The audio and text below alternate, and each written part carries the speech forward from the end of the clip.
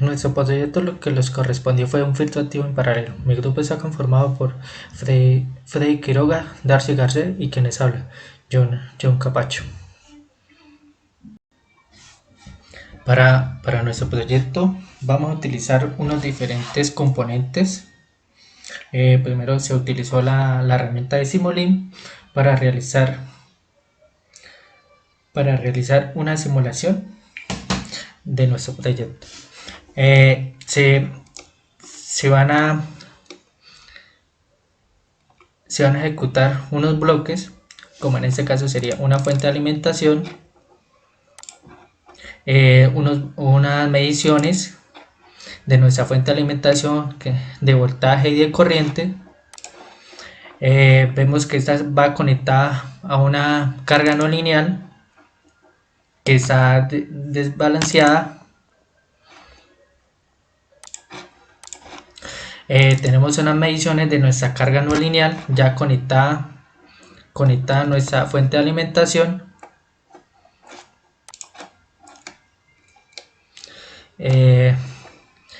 Ya ejecutando nuestro sistema,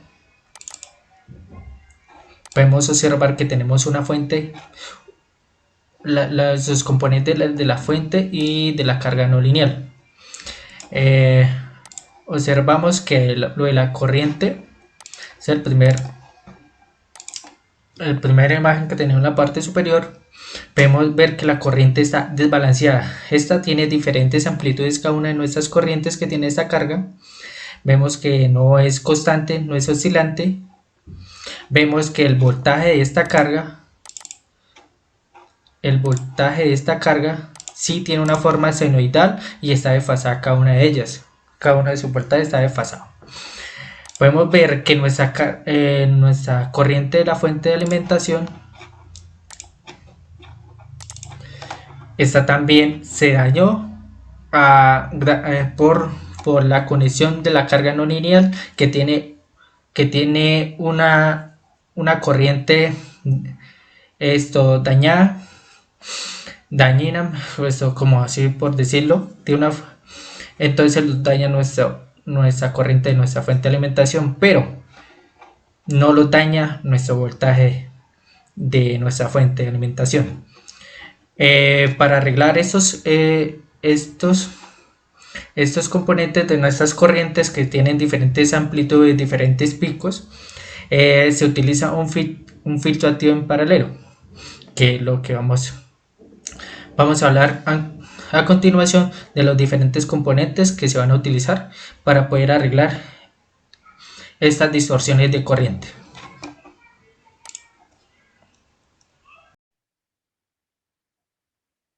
El siguiente subsistema tiene los siguientes parámetros. Inicialmente tiene una banda de histéresis. Esta banda está limitada en un rango de 0.01 y menos 0.01. Tenemos por acá en la entrada de este punto de suma las corrientes que queremos tener en el convertidor, y acá tenemos las corrientes medidas.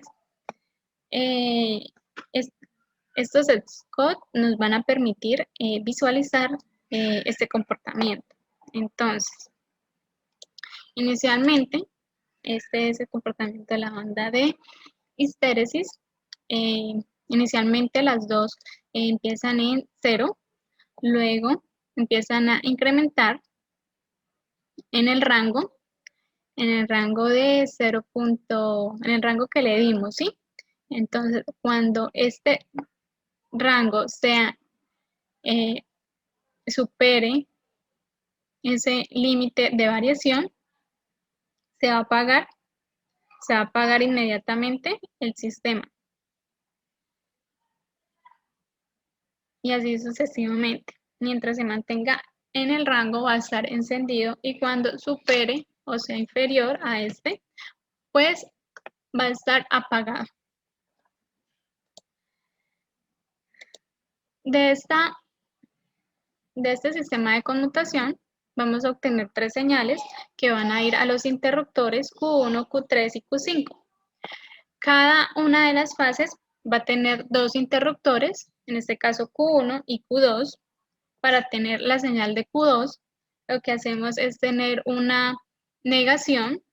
Esta negación lo que evita es que se presenten cortos circuitos o que hayan unas corrientes excesivas y pueda tener una descarga en el condensador. Es por esto que colocamos una negación para que en el momento de que Q1 esté encendido, Q2 se encuentre apagado. Acá tenemos un voltaje de referencia. Este es el voltaje del convertidor.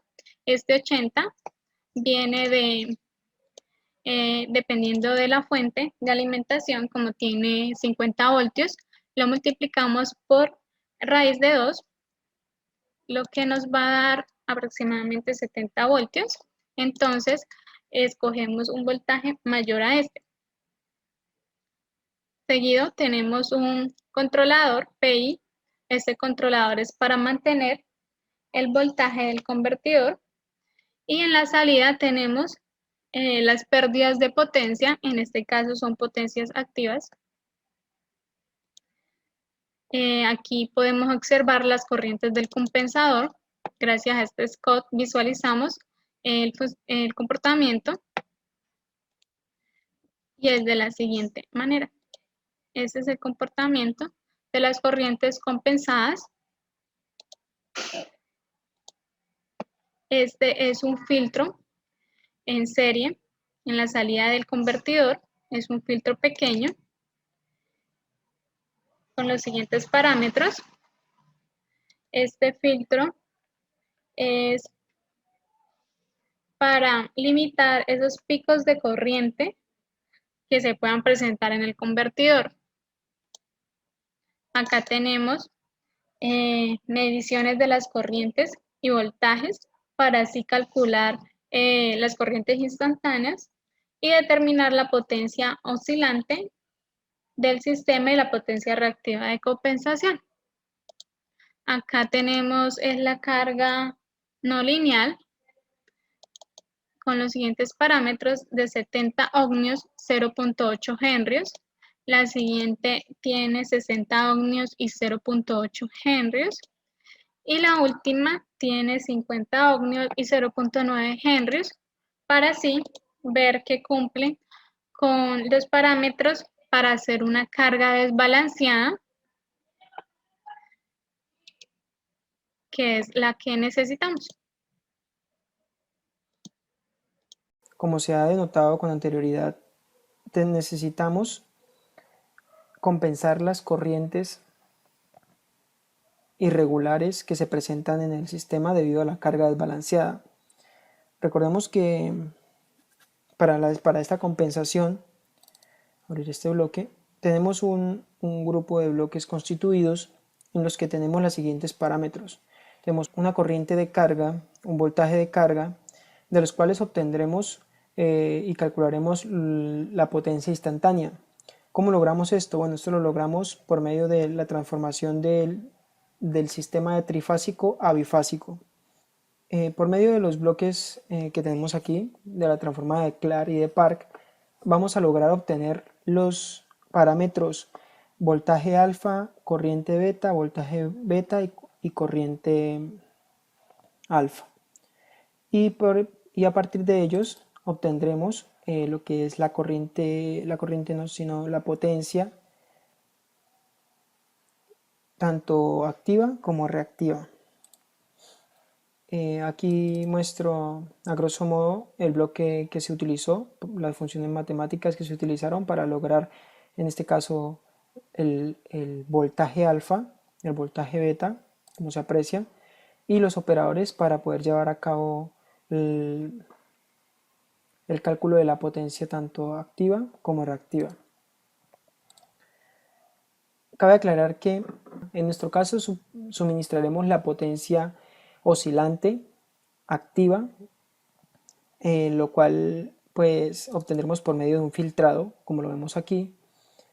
Tenemos un filtrado, un filtro pasa abajo, ¿sí? y pues como se puede observar, sacamos la potencia oscilante y potencia reactiva.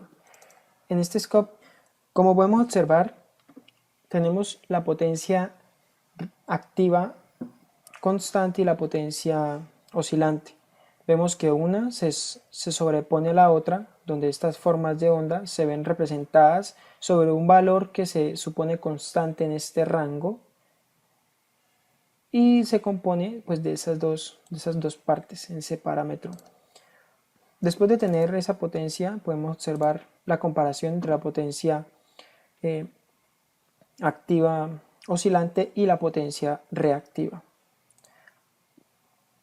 ¿Qué logramos con estos dos valores? Para poder encontrar los valores de las corrientes a compensar, es decir, las corrientes que nos van a permitir generar el criterio de conmutación, necesitamos conocer esas dos potencias. Entonces, aquí arriba tenemos un cálculo de voltaje de compensación, el cual no es el caso, puesto que tenemos unos voltajes bastante senoidales en la red.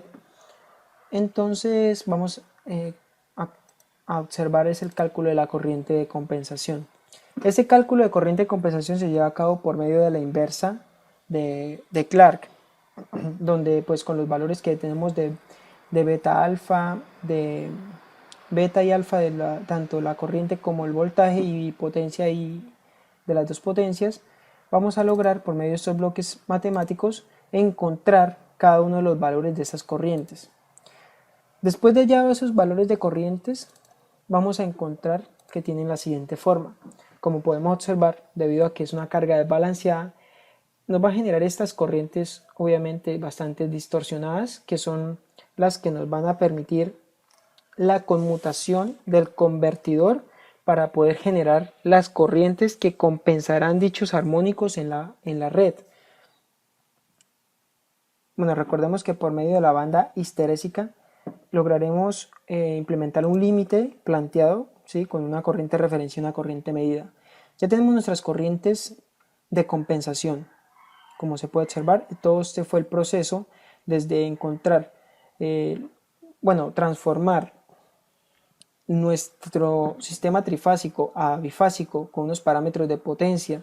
Después filtramos para poder aportar con nuestro convertidor lo que es referente a la potencia activa oscilante y la potencia reactiva. Con esas dos potencias lo que haremos es devolvernos en el proceso por medio de la inversa de Clark para encontrar los parámetros de corriente AC, BC y CA, como es el caso, que en este caso pues simboliza la corriente A a compensar, corriente B a compensar y corriente C a compensar.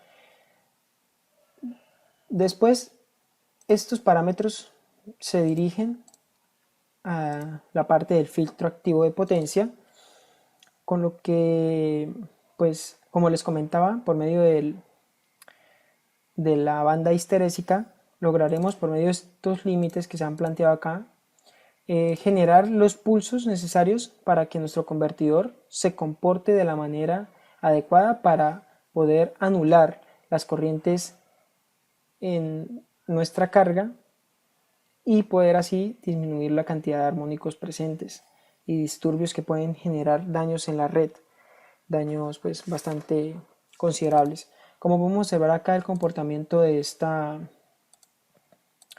banda histerésica lo que hace es que cuando superamos el valor,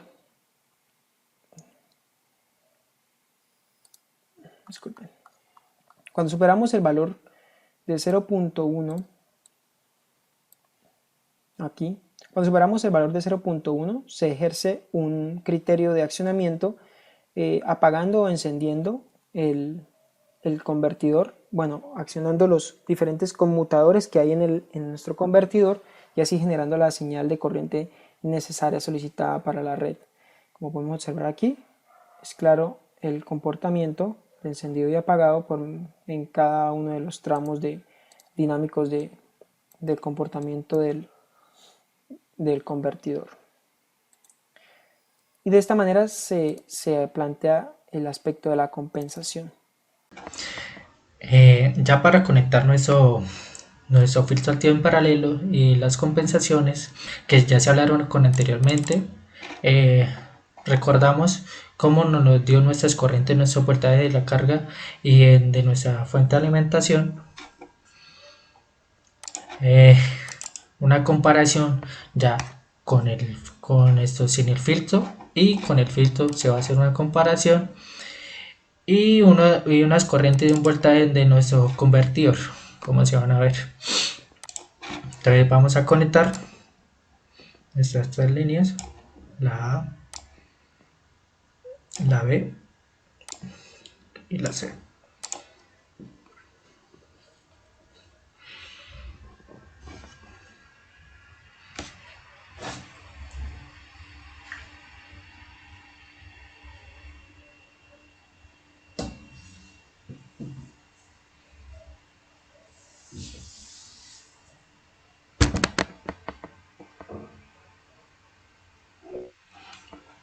Listo, ya ejecutado. Podemos observar acá claramente que ya cuando se conecta nuestro filtro activo, ya nos va a arreglar nuestra corriente, nuestra fuente de alimentación. Ya va a ser de una forma sinusoidal más pura, o mejor. Ya para arreglar unos saltos, eso ya tenemos que colocar un convertidor o algo que los arregle esto, otro parámetro. Vemos que ya nuestro filtro activo está funcionando correctamente. Vemos la comparación de lo que se está arreglando.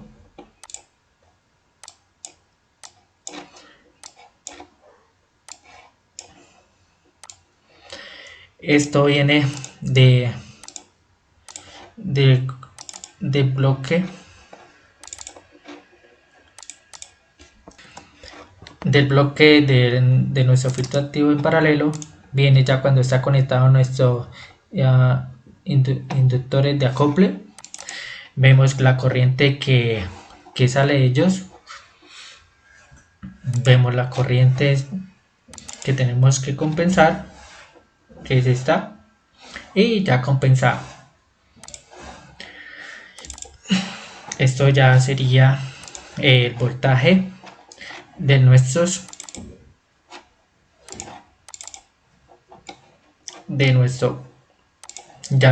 convertidor de 6, y el voltaje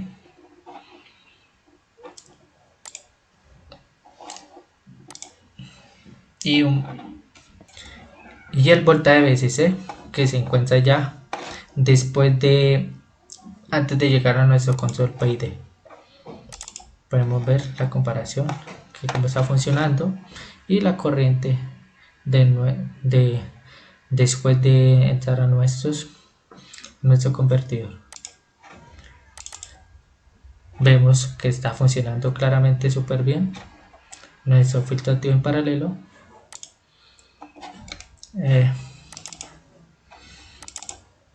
Entonces esas son las gráficas más importantes para observar que esté funcionando correctamente nuestro filtro,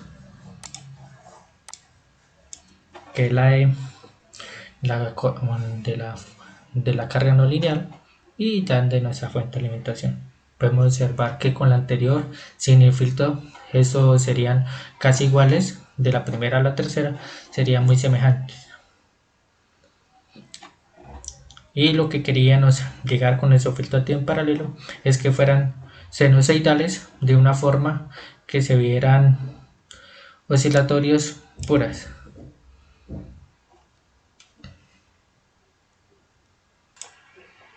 Ahí podemos observar cómo trabaja nuestro filtro activo en paralelo. Cabe que resaltar que un filtro activo en paralelo arregla son las corrientes, no los voltajes.